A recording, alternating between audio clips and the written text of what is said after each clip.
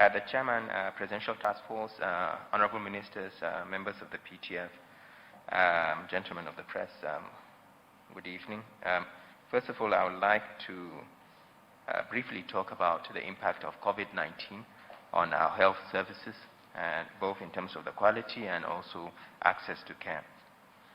As you are aware, as a result of the COVID-19 pandemic, the whole world has engaged in an unprecedented response against this virus and against the disease, and quite rightly too. However, as a result of this, we are seeing a situation where other health conditions are not, health services are not concentrating on other health conditions. If anything, the emergence of COVID-19 has led to the detriment in terms of care for other essential health services. And this negative impact included reduction in health services that could arise from disruptions in medical supply chains or the availability of human and financial resources. And also in a decline in people accessing healthcare simply because of fear of getting infected by COVID-19. We've also seen reduced access to healthcare for medical diagnosis of other conditions, and for the most vulnerable populations like children, the elderly, and those with underlying illnesses such as diabetes. As I've said in the past, if you have fever today in Nigeria, it's far more likely it's going to be due to malaria than due to COVID infection. And people need to be able to access care. We have been observing a steady rise in maternal and child mortality as a result of disrupted essential services. We've also seen life-saving maternal, newborn, and child health services, routine vaccinations, access to care for chronic conditions such as HIV and other treatments not being delivered in our hospitals. We are also seeing diversion of certain products like second-line HIV drugs, for instance, lopinavir, ritonavir, that's being used for HIV treatment.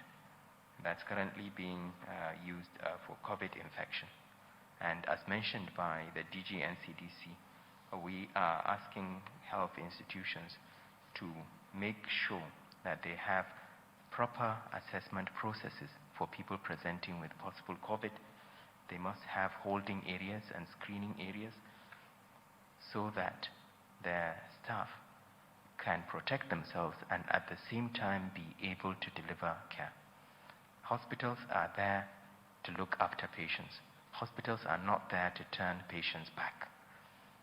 People should not be allowed to suffer or die because of COVID infection. We must not allow preventable deaths to occur in our communities simply because of COVID or because we are afraid of it. The PTF will continue to protect the health and safety of health workers, both in the public as well as the private sector. We are appealing to the private sector facilities to make sure they have adequate PPE to protect their staff. From the government side and from PTF, we will continue to engage with the private sector to train them on infection control processes. But PPE will primarily be given to public hospitals and to other frontline workers. We expect the private facilities to make adequate arrangements for their own PPE.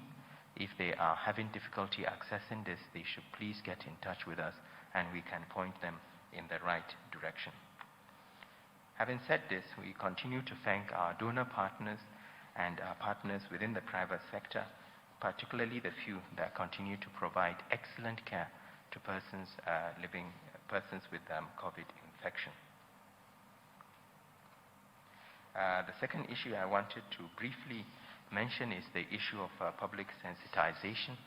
As you are aware, we are now pushing through the next phase of the response, which will be all about risk communication and community engagement.